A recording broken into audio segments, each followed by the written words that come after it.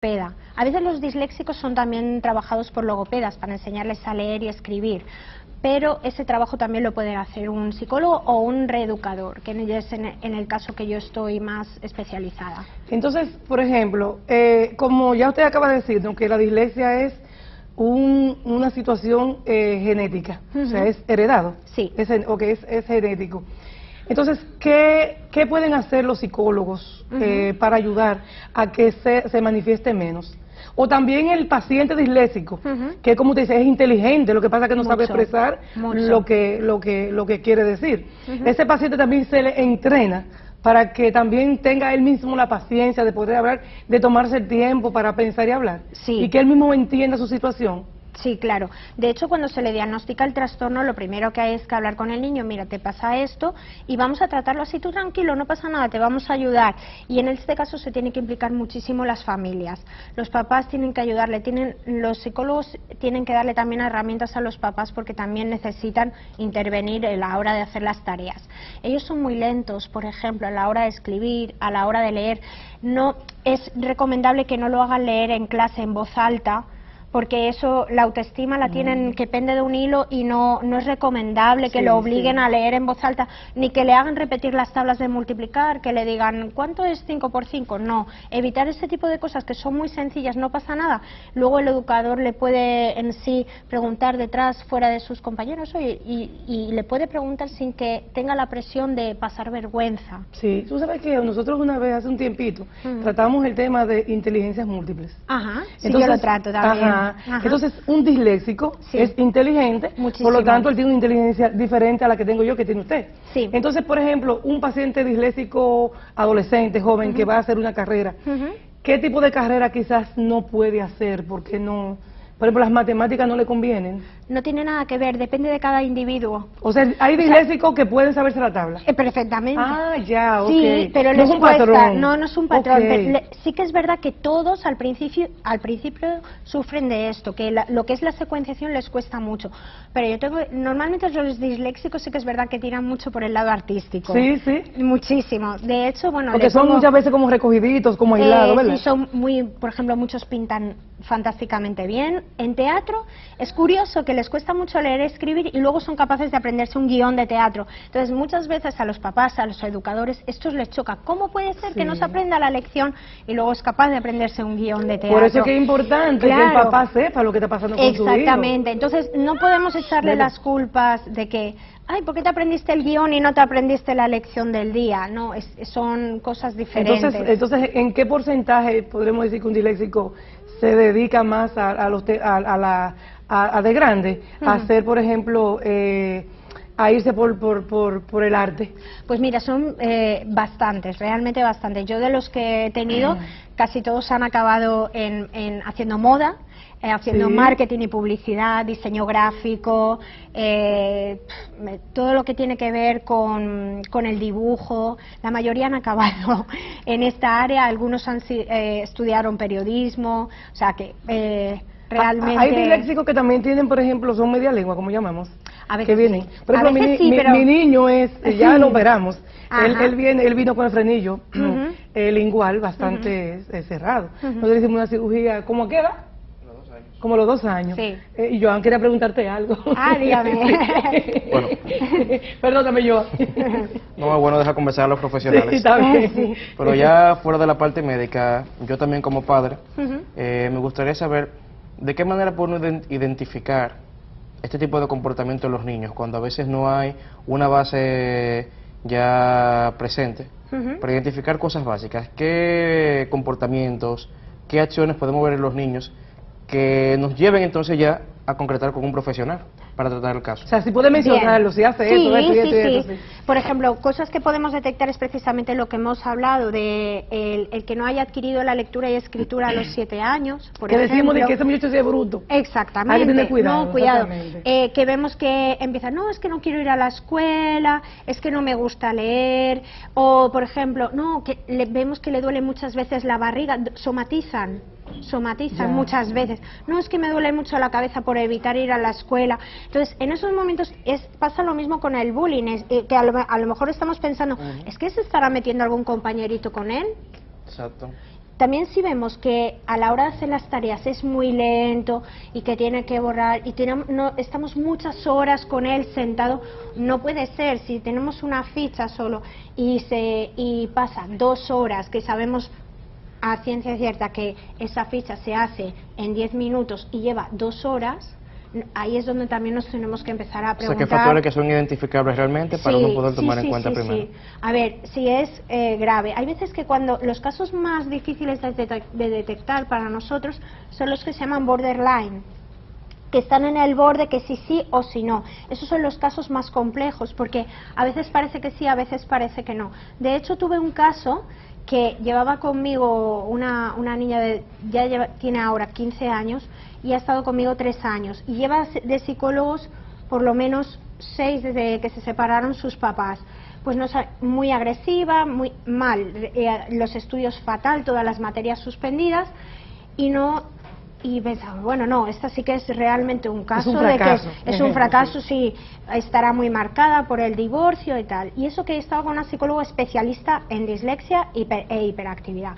Bien, dijo un día la psicóloga, bueno, vamos a hacerle una prueba de hiperactividad, porque ahora en España está muy de moda, por lo menos en nuestra zona, hay una prueba genética en la cual te toman una muestra de ADN, la enviamos a un laboratorio en la ciudad de Barcelona, y ya directamente con esa prueba genética aparece el gen de la hiperactividad. Raquel, vamos a unos comerciales. Sí. Y eso está muy importante. O sea, que si tú con una prueba de ADN tú puedes saber que tu hijo es disléxico, es importantísimo. Vamos a los comerciales, señores. Sí. Cuando regresemos seguimos el tema con Raquel Corral, que está sumamente interesante, experta en dislexia en niños.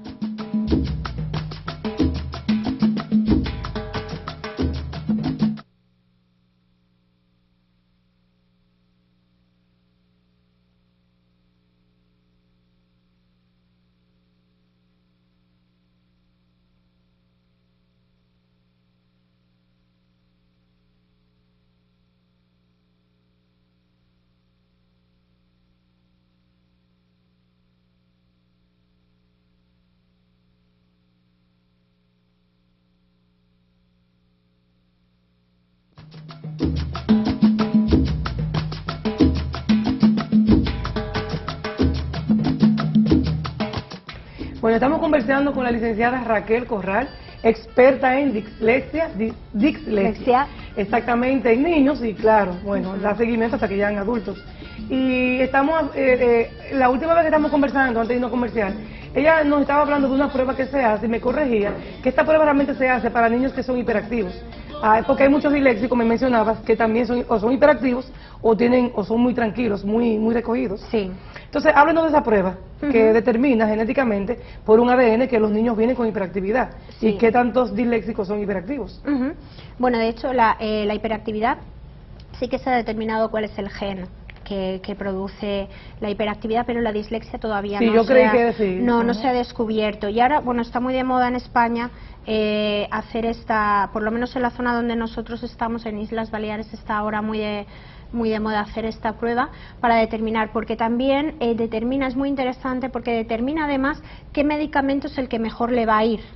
¿Hay que medicar al paciente disléxico? No, al disléxico no, al hiperactivo. Bueno. En cuanto al disléxico, precisamente te estaba comentando que están muy enlazados porque son trastornos comórbidos. ¿Qué quiere decir? Que van muy unidos el uno del otro. Entonces, el 40% de los que son disléxicos suelen ser o déficit de atención o déficit de atención con hiperactividad y viceversa. Pero entendemos, el hecho de que tenga déficit de atención o sea hiperactivo no los hace disléxicos. La dislexia, ya volvemos y repetimos, nacen con esa situación, con ese problema. Entonces decimos que dentro de esos disléxicos puede haber hiperactivos o pueden tener déficit de atención. Sí, exacto. Una pregunta en ese sentido, doctora. Sí. El disléxico comúnmente nace con la situación, ¿verdad? Genéticamente heredado. Sí. Pero según tú vas investigando, hay situaciones que se llama lo que es la dislexia a veces por un trauma cerebral, por algún Sí. golpe. ¿Qué sucede? ¿Cómo se trata a una persona que se hace disléxica, ya luego de que tiene una vida normal, y en algún momento luego de ese trauma, entonces ya cae a la condición?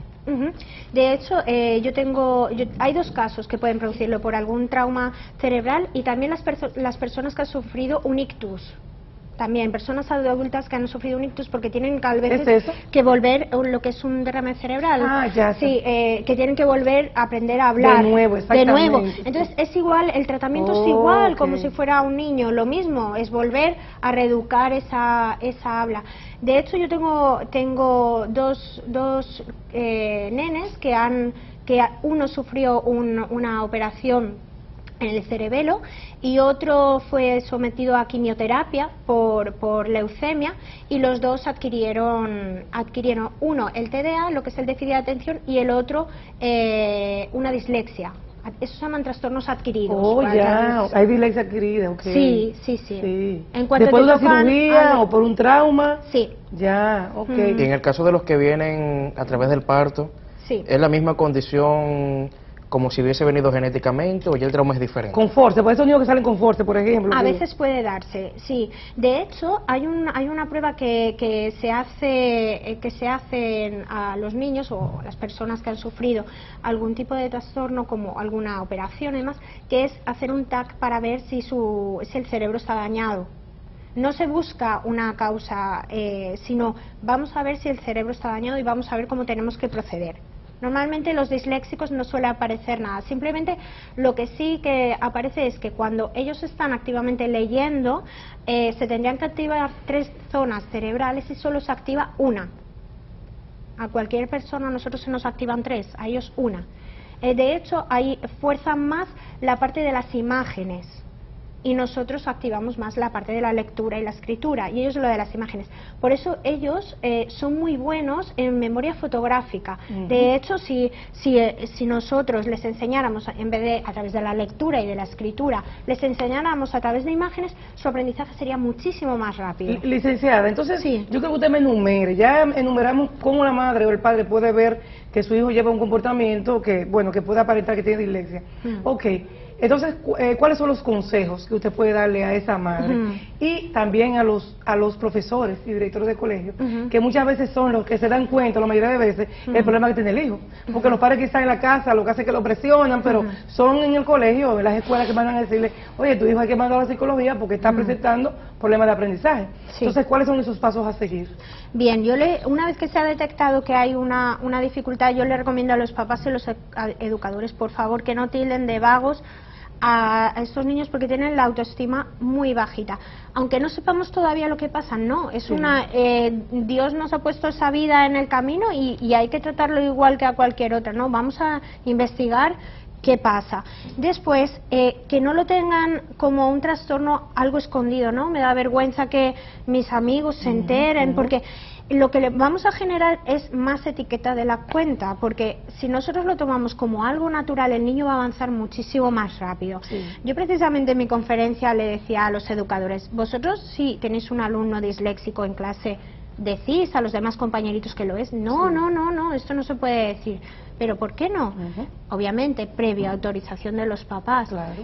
Está demostrado, yo tengo demostrado en España que una vez que se dice previa autorización de los papás a los demás compañeros, en vez de ponerle etiquetas de por qué él hace tareas diferentes, resulta que los compañeritos le ayudan. Le van a ayudar, así es, eso es verdad. Le van a colaborar Sí. a que él termine las tareas. No pasa nada si no acabas, nosotros te ayudamos. Sí. Entonces se va a crear un vínculo y en eso tiene mucho que ver el educador y los papás Sí. para que ese niño tenga una autoestima alta Así y es. salgan adelante. Así es, la verdad que licenciada Raquel Corral, una conversación súper buena con usted. Yo sé que los Gracias. padres entendieron muy bien, por el lenguaje muy llano, con la que usted está aplicando este tipo de comportamiento y de problemas que tienen los niños. Ahora, yo sé que usted viene y visita aquí Santo Domingo con cierta frecuencia, pero dígale a nuestros amigos televidentes cómo se acercan a esta institución fuera de ir a psicólogo, ¿cómo se acerca a la institución para que puedan visitarle? En principio nuestro contacto aquí es Adifam, que el correo electrónico es adifam2012@hotmail.com, en el cual pueden mandar sus consultas y me las reenvían a mí, o a través de mi Facebook, Raquel Corral Moral, también no me pueden encontrar y les puedo